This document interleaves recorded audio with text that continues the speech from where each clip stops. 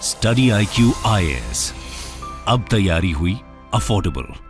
नमस्कार दोस्तों एक बहुत इंपॉर्टेंट मोमेंट है हमारे देश के लिए, क्योंकि आज से शुरू होने जा रहा है 5G की सर्विसेज। जी हाँ, ये आप देख सकते हो, PM Modi to launch 5G services on Saturday. ये इंपॉर्टेंट इसलिए हो जाता है क्योंकि 4G में अगर आपको याद हो तो हम बहुत ज़्यादा डिले से इसको स्टार्ट किए थे।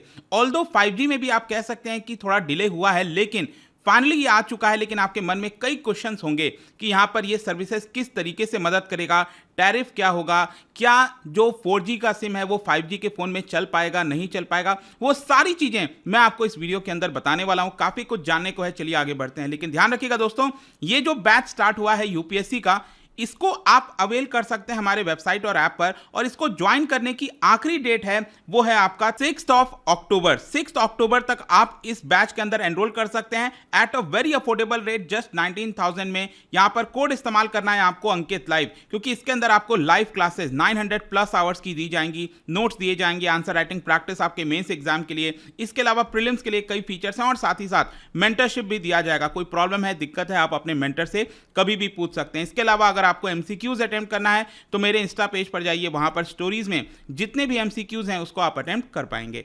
चलिए शुरुआत करते हैं और सबसे पहले देखते हैं एग्जैक्टली अभी हो क्या रहा है, हम इसकी चर्चा क्यों कर रहे हैं। जैसा कि मैंने बताया, आज से भारत के अंदर जो 5G की मोबाइल सर्विसेज हैं वो आपका लॉन्च होगा। ध्यान देने वाली बात यह है कि जब भारत ने पहला स्टेप लिया था 5G की तरफ, तो इसको हुए 5 साल लगभग हो चुके हैं। तो 5 साल के बाद फाइनली देश में 5G की शुरुआत हो रही है। और एक्चुअली क्या है कि प्राइम मिनिस्टर मोदी जो है वो एक इवेंट अटेंड करेंगे। It will be 6th edition of India Mobile Congress New Delhi में, और इसी के दौरान जो 5G की सर्विसेज हैं कुछ चुनिंदा शहरों में वो यहां पर लॉन्च किया जाएगा। वैसे हम पहले बताना चाहते हैं कि जो 5G की जर्नी है भारत की वो किस प्रकार से रही। 5 साल पहले मैं आपको पहले बोल रहा था कि यहां पर पहला स्टेप लिया गया, तो 2017 में सबसे पहले सरकार ने यहां पर एक हाई लेवल फोरम जो है उसको कंप्राइज किया, जिसके अंदर कई सारे रिप्रेजेंटेटिव्स थे, जैसे इंडस्ट्री से, एकेडमिया से, गवर्नमेंट से, रेगुलेटर से। उनको बोला गया कि आप इवैल्यूएट करिए यहां पर किस तरीके से भारत के अंदर हम 5G ला सकते हैं, रोड मैप क्या होगा।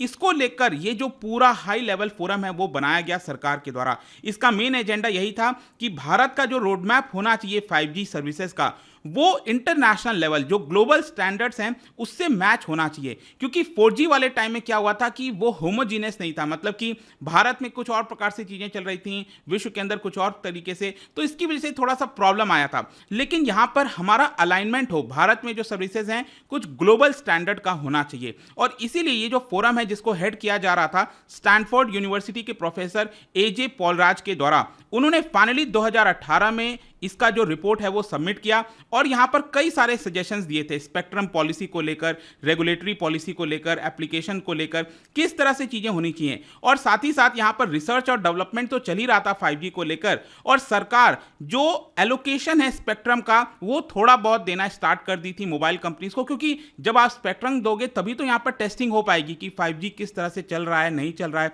तो यहां पर सरकार ने वो भी काम यहां पर स्टार्ट कर दिया था। 2019 आते आते आप देख सकते हो, बताया गया कि जो टेलीकॉम डिपार्टमेंट है और जो रेगुलेटर है ट्राई, उन्होंने यहां पर स्पेक्ट्रम का प्राइस क्या होगा उसको लेकर कंसीडर करना स्टार्ट किया। और फाइनली इसी साल आपको याद होगा अगस्त के महीने में जो 5G स्पेक्ट्रम है उसकी नीलामी की गई थी। और इसको ये फाइनल स्टेप होता है, क्योंकि आप फाइनली क्या करते हो, स्पेक्ट्रम दे देते हो, जिसमें जियो ने बढ़ चढ़कर हिस्सा लिया था। बड़े पैमाने पर जियो यहां पर निवेश कर रहा है। फिर सेकेंड नंबर पर था आपका जो एयरटेल है, भारतीय एयरटेल। थर्ड नंबर पर वोडाफोन आइडिया वाला हो गया, और फोर्थ पर अडानी ने भी थोड़ा स्पेक्ट्रम जो है लिया था, लगभग 500 करोड़ के आसपास का। और जब मैं स्पेक्ट्रम की बात करता हूं तो आपको पता है कि 5G जो है वो थोड़ा सा हायर बैंड में आ जाता है, बैंड विड्थ थोड़ा सा हायर होता है। ये लो बैंड, 3 तरह के बैंड होते हैं 5G में। लो बैंड वाला होता है जिसको बिलो 1 गीगाहर्ट्ज कहते हैं, मिड बैंड होता है 1 गीगाहर्ट्ज से 6 गीगाहर्ट्ज, और हाई बैंड आपका 24 गीगाहर्ट्ज तक जो है चला जाता है। जितना ज्यादा बैंड ऊपर जाएगा उतना बेटर आपको स्पीड मिलेगी। लेकिन प्रॉब्लम क्या होता है ऊपर जाने में कि यहां पर जो कवरेज है वो थोड़ा सा कम हो जाता है, ठीक है। तो वो एक पूरा अलग मामला है। खैर यहां पर क्वेश्चन यह है कि 5G को कहां कहां पर लॉन्च किया जाएगा, कौन से शहरों में लॉन्च किया जाएगा। देखो अभी के लिए सरकार ने अपनी तरफ से तो स्पेसिफाई नहीं किया है कि वो कहां पर लॉन्च करेंगे, लेकिन अगर आप मोबाइल कंपनीज का सुनोगे, जो टेलीकॉम कंपनीज हैं उन्होंने कई सारे बयान दिए हैं कि उनका प्लान क्या है। जैसे कि रिलायंस जियो आप देख सकते हो, इन्होंने 88,000 करोड़ रुपए खर्च किए 5G स्पेक्ट्रम के दौरान। उन्होंने अगस्त के महीने में कहा था कि दिवाली आते आते, अब दिवाली आपको पता ही है आने वाला है, तो दिवाली आते आते दिल्ली, मुंबई, चेन्नई, कोलकाता, इन 4 शहरों में जो मेट्रो सिटीज हैं यहां पर इसको लॉन्च कर दिया जाएगा। भारतीय एयरटेल ने अपने बयान में यह कहा था कि 2023 आते आते जो अर्बन पार्ट्स है, देश का जो इंपॉर्टेंट शहर हैं, बड़े शहर हैं, वहां पर इसको लॉन्च कर दिया जाएगा और 2024 आते आते जो रूरल एरियाज हैं उनको वहां पर भी जो कवरेज है 5G का वो दे दिया जाएगा। तो इनसे आप समझ सकते हो कि सबसे पहले जो शुरुआत है, जो इंपॉर्टेंट मेट्रोपॉलिटन सिटीज हैं वहां पर इसको लॉन्च किया जाना है। क्वेश्चन ये भी है कि इसके बेनिफिट्स क्या क्या हैं। देखो यहां पर जो मिनिस्ट्री ऑफ कम्युनिकेशन है उनका कई चीजों का मानना है कि 5G की वजह से देश के अंदर एक नई अपॉर्चुनिटीज आएंगी, इकोनॉमिक, सोशल बेनिफिट्स मिलेगा और लॉन्ग टर्म में इंडियन सोसाइटी के लिए ट्रांसफॉर्मेशनल रहेगा। क्यूमुलेटिव इकोनॉमिक इंपैक्ट बताया जा रहा है 5G की वजह से 2035 आते आते $450 बिलियन का होने वाला है। मतलब कि जब हम स्विच कर रहे हैं 4G से 5G तो वर्क में एफिशिएंसी आएगी, स्पीड ज्यादा मिलेगी, तो इसकी वजह से क्या होगा कि यहां पर हमें बेनिफिट्स होगा और $450 बिलियन का बेनिफिट बताया जा रहा है। इसके अलावा कंज्यूमर्स के लिए तो कई बेनिफिट्स हैं, आपको ज्यादा इंटरनेट स्पीड मिलने वाली है, लो लेटेंसी होने वाली है। लेटेंसी जब मैं कहता हूं तो यहां पर बेसिकली मैं बात कर रहा हूं कि जब आप अपने मोबाइल पर क्लिक करते हो, कोई चीज सेंड करते हो डेटा, और उसके बजाय आपको रिस्पांस मिलता है तो उसमें जो अंतर होता है ना उसको लेटेंसी कहते हैं। तो 5G के अंदर लेटेंसी बहुत कम है, क्योंकि अगर आप 4G का देखोगे तो लेटेंसी हुआ करता था 10 मिलीसेकंड से लेकर 100 मिलीसेकंड के बीच में, लेकिन 5G की लेटेंसी 1 मिलीसेकंड से भी कम होगी। तो इससे आप समझ पाएंगे कितना ज्यादा स्पीड मिलने वाला है 5G के अंदर। और जब 5G का पीक होता है, जब स्पीड का पीक होता है तो हम 10 गीगाबाइट्स पर सेकेंड, जी हां 10 GB पर सेकेंड, सोच के देखिए इतना स्पीड हम टच करते हैं। 4G के अंदर मैक्सिमम स्पीड अगर कोई अचीव कर पाता तो वो 100 Mbps होता था। आजकल तो 100 Mbps तो हर जगह, जो मोबाइल, जो आजकल आप ब्रॉडबैंड वगैरह यूज करते हैं तो उसी में मिल जाता है इजीली, कोई दिक्कत नहीं है, राइट। यहां पर नेक्स्ट मैं आपको बताना चाहता हूं जो 5G टेक्नोलॉजी भारत में है, कौन सी कंपनी कौन सी टेक्नोलॉजी यूज करने वाली है। बेसिकली बताया जाता है कि 5G नेटवर्क को जब डिप्लॉय किया जाता है किसी देश में तो 2 तरह का आपको मोड देखने को मिलेगा। जो पहला मोड होता है उसको कहते हैं स्टैंड अलोन, दूसरा मोड होता है नॉन स्टैंड अलोन। कौन सी कंपनी कौन सा मोड अपनाती है वो उसके अप्रोच को दिखाता है कि वो मार्केट में किस प्रकार से एंटर करने वाली है। मैं अब आपको अंतर बताता हूं, स्टैंड अलोन में क्या अंतर होता है और नॉन स्टैंड अलोन में क्या अंतर होता है। देखो, स्टैंड अलोन मोड का मतलब यह हुआ कि जो 5G की सर्विसेज दी जा रही है देश के अंदर, उसके लिए जो इक्विपमेंट लगाया जा रहा है टेलीकॉम कंपनीज के द्वारा, जो डिवाइसेस लगाया जा रहा है वो नया है, वो 5G वाला है सब कुछ। मतलब कि मान लो जियो हो गया, ठीक है, तो जियो ने आपको याद होगा 4G का पूरा नेटवर्क बनाया था, पूरा जो इंफ्रास्ट्रक्चर है वो क्रिएट किया था। उसी प्रकार से जियो ने 5G के लिए एक अलग से इंफ्रास्ट्रक्चर क्रिएट किया है, ठीक है, ताकि आपको स्पीड बेटर मिले।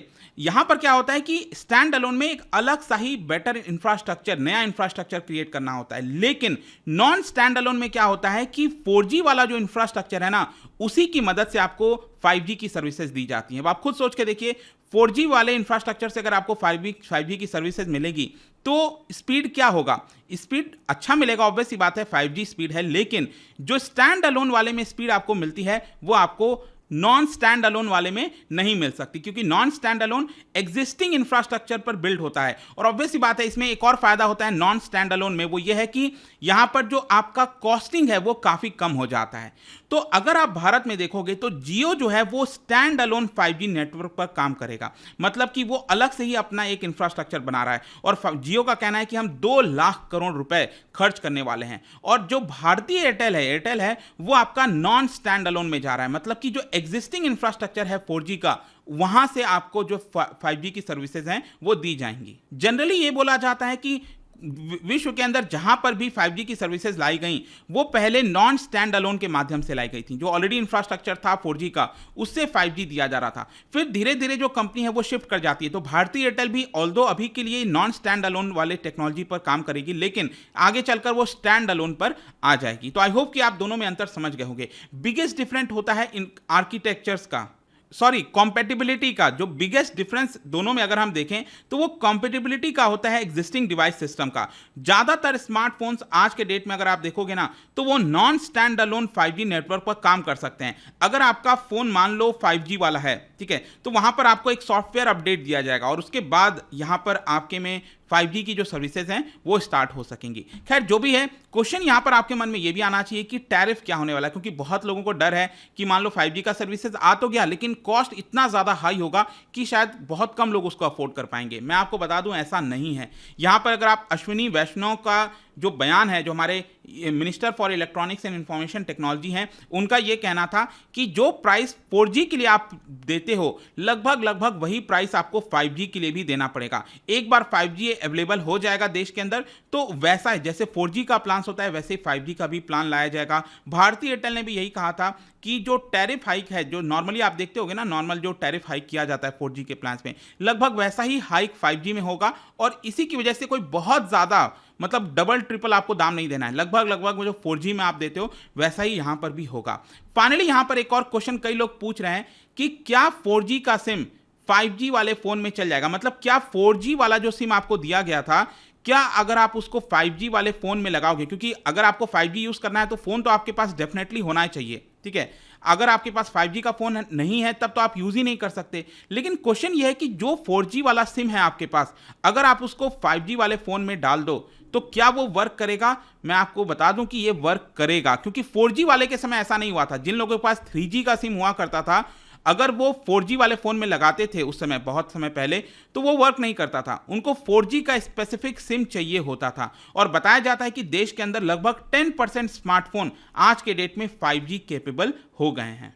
लेकिन इसके साथ साथ मैं आपको यह भी बता दूं कि ऑल्दो अगर आप 4G का सिम लगाओगे 5G फोन में और आप 5G इस्तेमाल करोगे तो वो वर्क तो करेगा लेकिन उतनी स्पीड नहीं आएगी। तो इसके लिए अगर आपको बेस्ट स्पीड चाहिए तो यहां पर 5G के फोन के साथ साथ आपके पास 5G वाला सिम भी होना चाहिए। तो अगर आप 5G इस्तेमाल करें तो definitely you should ask for new 5G SIM from your telecom operator, चाहे एयरटेल हो, जियो हो, वोडाफोन हो, कोई भी हो, यहां पर आपको लेना चाहिए ताकि बेस्ट स्पीड आपको मिल सके। तो ये खबर है अभी तक पूरी। तो आई होप कि यहां पर आपको सब कुछ इसके बारे में जानने को मिल गया होगा। जाने से पहले एक इंटरेस्टिंग क्वेश्चन आप सभी के लिए, यहां पर एक रिपोर्ट जारी की जाती है जिसका नाम है ग्लोबल मोबाइल इकोनॉमी रिपोर्ट। क्या बता सकते हो हर साल ये जो रिपोर्ट है वो किसके द्वारा पब्लिश किया जाता है? कई बार क्वेश्चंस आ सकते हैं यूपीएससी के अंदर इस तरह के। इसका राइट आंसर आपको पता ही है, मेरे इंस्टाग्राम पर तो मिलेगा ही, वहां पर अगर आप नहीं हो कोई बात नहीं, टेलीग्राम से भी ले सकते हैं इसका सही उत्तर। मैं कई सारे जो एमसीक्यूज हैं वो यहाँ पर स्टोरीज में डालता रहता हूँ। बाकी अगर आपको पीडीएफ ये तो टेलीग्राम पर आइए, अलग अलग सोशल मीडिया पर आप जुड़ पाओगे। और जैसा मैंने बताया